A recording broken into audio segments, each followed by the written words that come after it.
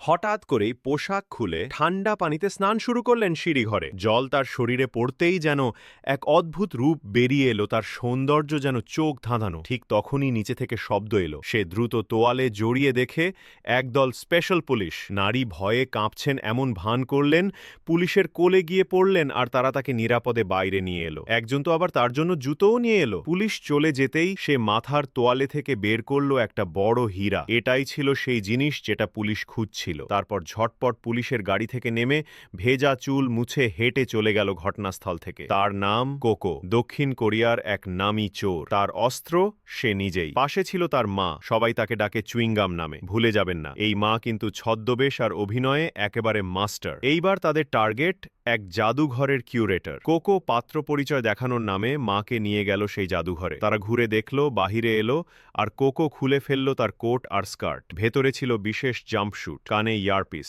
ছাদে থাকা সাথী দিল দড়ির হুক। দেয়াল বেয়ে উঠে গেল ছাদে, বন্ধ করলো পাওয়ার সাপ্লাই, ঢুকে পড়ল ভেন্ট দিয়ে।